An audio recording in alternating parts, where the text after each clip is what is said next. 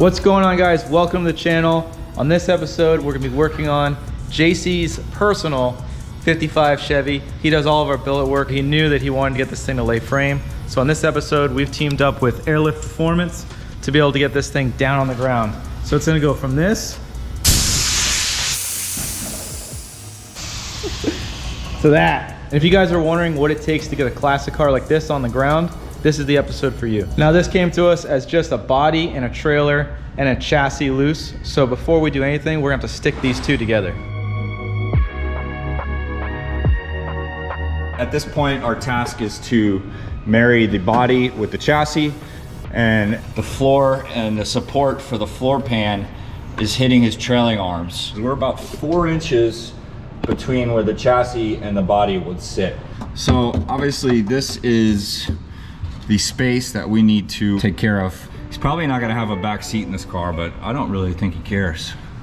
I think he's just building this to do burnouts, which we like burnouts.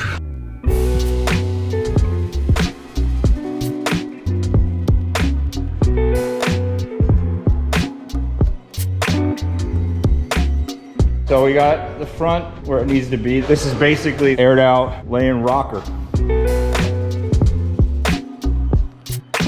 So now that we're not gonna have a floor plan, the traditional mounts where they mount the body to the chassis, those aren't gonna work. So we will build some bracketry that's gonna go from the rocker to the chassis. First step is I'm gonna go along here and I'm gonna cut all this floor out. Also got to access around that tire right there. You see it's already slammed down on that metal, just in case he's gonna, you know, slam the car down when he's cruising through a parking lot or doing a burnout. Obviously that will shred your tire to smithereens. So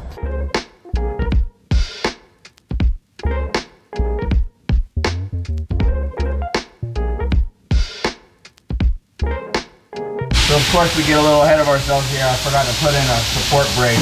Anytime you're cutting all this structure out of the floor, which obviously kind of holds the cab together, I got a piece of little 1.5 inch angle, and I'm just gonna tack that puppy right in here.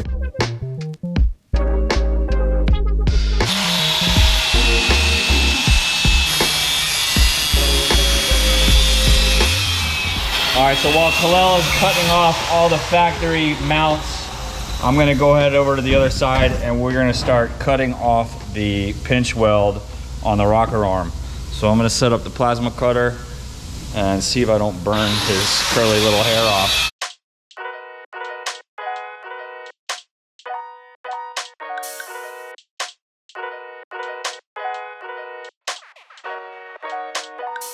So this is what you would call a body drop. It's a lot of extra work for a little bit of inches, man. But when you want your rocker to sit on the ground, sometimes you have to go that extra step. We did leave a small amount of pinch rail here because it's still gonna need to have some kind of flange so we could weld some heavy gauge steel on the inside of this rocker, because we're gonna use the inside of this rocker to build our brackets off to mount to the chassis.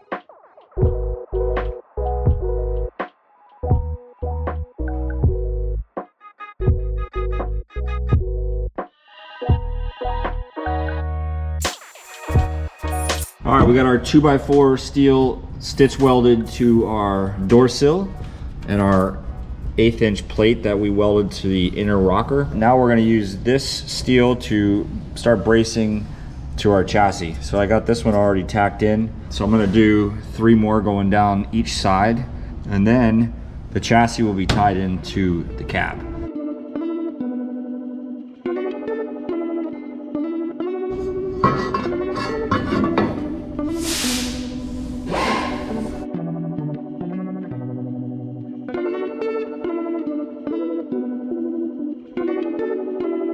I started making our runners to go back from our new steel to our frame, and I realized that there's really nowhere for me to get the exact placement of the body of the car.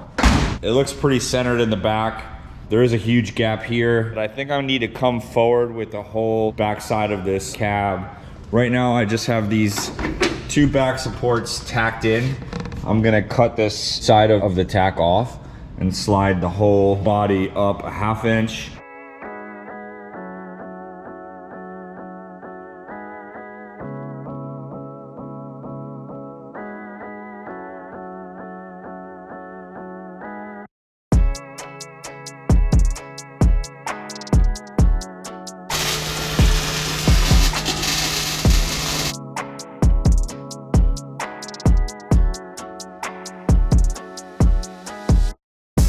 All right, now that we got the chassis and the body all welded together, it is in one piece and the sheet is sturdy. They don't call it a heavy Chevy for nothing. We're gonna talk a little bit about these Airlift Performance Builder Series shocks. I'm pretty pumped on these things because they actually sent us all 3 versions of the Builder Series shock. This is compact bellow. These are the compact bellow. This is the standard bellow. So you can, right away, you can see the difference in those two. Yeah, so when you're picking out your shock setup, guys, obviously you're going to be going by weight, and you're also going to be going by the length and the mounting position of your application. So this would be like a stud on the top for like 80 style cars, or certain trucks would actually have like a cap piece that where you're going to throw this in, and at the bottom you have an eyelet. Or if you have a 2-bolt version, like it's in the bottom like an old S10 or an older truck or muscle car, you have this trunnion style, which you would then put in here. The Builder Series are really cool because you're able to pretty much put in any application, and also the length and also the stroke and all that stuff is all laid out for you in the spec sheets whenever you're putting everything together.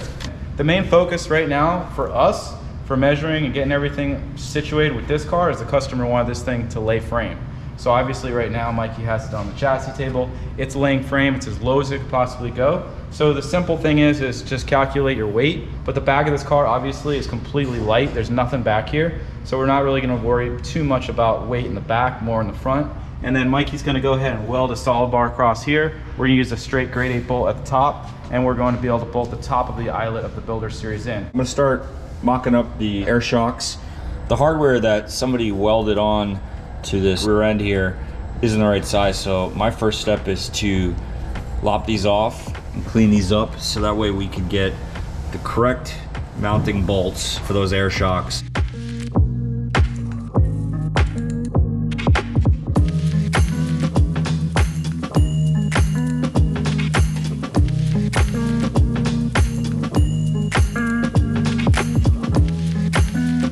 This is our extension, so that way we got our air shock off that rear end a little bit so we don't have any issues with puncturing our bags. So we got a 3/4 inch pipe with 1/8 inch wall. We got this gusset, so a little shark tail hanging out the top. So I'm gonna go ahead and MIG that on like this. Now our air shock sticks off of this piece, so that way the bellow of that bag doesn't interfere or run into any of this stuff up here. Since we're doing an eyelet to eyelet style, we're gonna take a measure from our lower mounting point to where our upper mount will eventually end up. So what you're gonna wanna do is go ahead and get this thing compressed down. There's probably simpler ways to do it, but it's not that hard. Says the guy holding the tape measure. So we are actually at 15.5 inches from end to end. So that's where we need to be when this thing is completely aired out. We're gonna simply measure 15.5. This is basically gonna bridge our 2 C-notch pieces, so that way we can come off of this for our top mounts for our air shocks.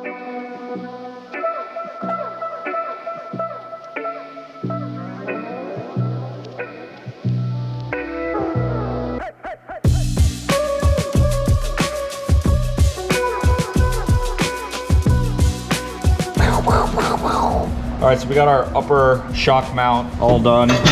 I got these plates all welded in. I'm gonna mock this up and we're gonna get our shocks laid out. So I'm gonna find out where this first one hits dead center on this pipe. All right, so this one we got fully compressed through this strap through it. Hold it centered to there. And then we're gonna find our spot on the bar where it's about centered in that pipe. So if I get a measurement off the C notch, 3 3/8. 3 3/8.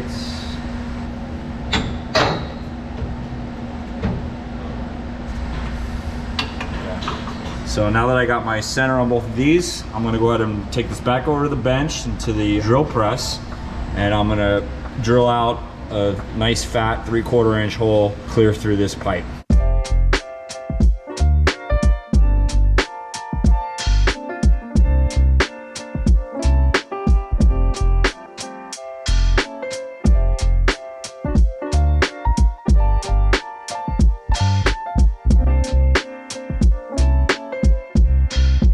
So here's what we're looking at. We got plenty of clearance around our bellow, our bag. So I'm not worried about anything hitting on this side. This side, I don't really see any major issues. Super happy with the way this worked out. These air shocks just have a lot of adjustability. We like them so much. We're gonna go to the front. We're gonna take those old school bag style bellows out, throw them in the garbage, and we're gonna go ahead and put the Airlift Performance air shocks up front as well.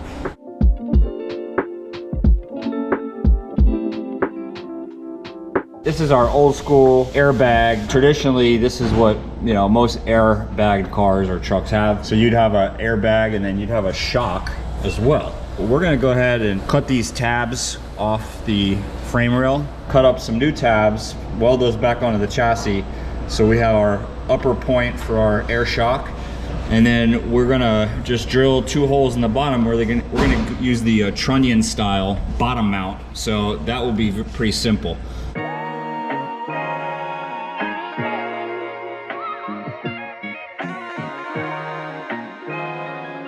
All right, I got all my airbag mounts cut off of the chassis. This one's gone, this whole plate's gone. So now we're able to get the Airlift air shock kind of mocked up in here to see exactly how we're going to go about mounting the shock.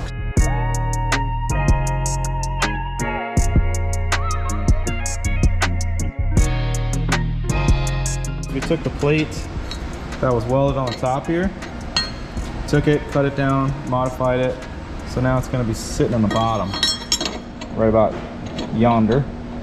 So once we put that in there, I'm gonna tack weld that in place. And then we're gonna have these tabs that are going to grab the sides of our actual eyelet on the end. But we're gonna invert these things. So they're gonna be in there like this, upside down. So the airbag still sits inside of the pocket that the original airbag was, this little recess here. So the airbag will be there, the shock body will come up, and we'll still be able to mount our sway bar just the way we wanted to before. So what I'm gonna do now is tack weld these plates in place, start getting the airbag situated, and then we're gonna know exactly how deep these guys are gonna go. They'll be TIG welded all the way around here, and that should be a good, nice, strong hold.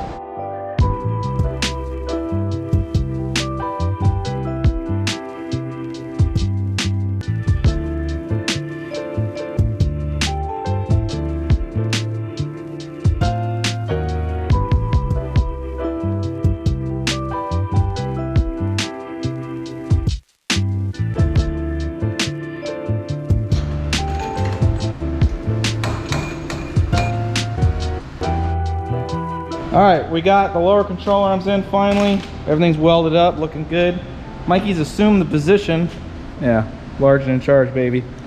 Now what we gotta do is we gotta calculate where exactly this upper mount's gonna go. So we're gonna go ahead and compress the shock, compress the bag, get everything down as far as it'll go. I'm gonna take the old measuring tape here, come off the top edge of our strut tower, or what's gonna be our strut tower, to the actual inlet on the hole. And what we'll end up doing is probably cutting some more brackets that are probably very similar to what we did on the bottom here. And it's gonna hopefully come off on like a 45. We'll probably build some washers to build this out because it's got this flat here. So we won't be able to put a bracket flat against it because we have to come in like on an angle like there. So we're gonna go ahead and push it down now. Yeah, that's flat, that's flat.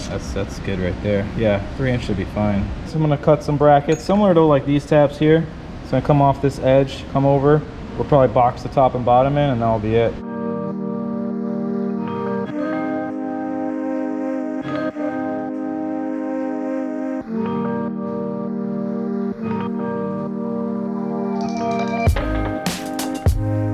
All right, so we got our template all situated, as you can see. gave it a little shape to it. So it's gonna grab the whole top of that cap. So we're gonna go ahead and cut these out on the bandsaw, cut 4 of these. We'll start mocking them up in place, and then we'll tack them, pull the shock out, final weld.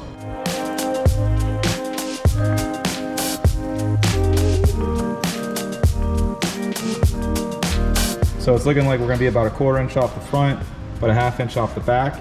And then once we get this all tacked in place, we'll use this to take some measurements off this side to match it up. We'll be able to throw some air in this thing and air it up and down and see what it looks like.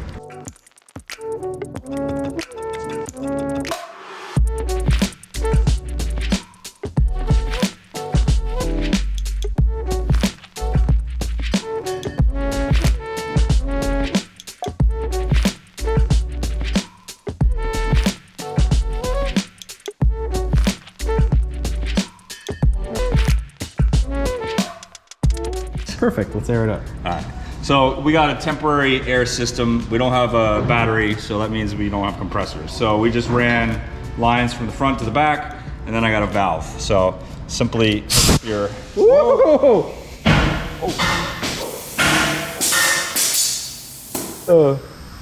Well, the air overpowered the clamps. Let me get that out of the way. All right, air it up. Oh, wow.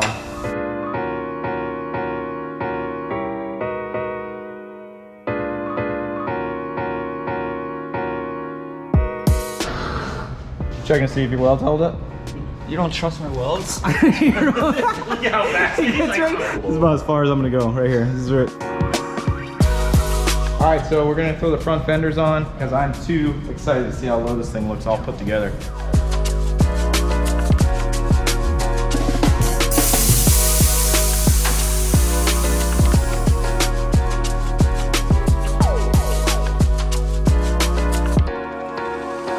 All right, guys, that is a wrap on this episode. JC is gonna be super stoked. So we ended up ripping the complete floor out of the car, like that, out of these 2x4 frame rails on the side, connected them to the existing frame rail. So now it is a unibody, right, Tim? Is that what they call that? Yeah, it's all one piece now. Also, we put in his fancy billet 4-link that he made. We're not gonna show you the whole thing, but these are solid billets, so those are pretty snazzy. Pretty fancy. JC is the billet king of South Florida. Yeah, so this should be ready for him to throw his floor in, do his firewall, start putting his motor and driveline in. So I think that's a wrap. Thank you guys for watching. Thanks for subscribing, clicking and linking, and what else? Do all the things. Yeah. All right, cool. If you guys have any questions on the process, feel free to put them in the comment section below. Kyle will answer them, or he'll just say, message Mike or Tim on Instagram. All right, that's a wrap. All right. What the heck is that? Some kind of schmutz? We got JC in the house. What's up, bro? He's just here to supervise, I think. That's a government job right now. Might have to take the plate and go under here to get another inch or so out of it. We'll see. That's what she said. Whoops. I'm too old for this. But little welding tips and tricks. Tips and tricks. See, that's why I'm here. I help him when he can't talk, and he helps me when I can't weld. Welding tips and tricks. Don't do drugs.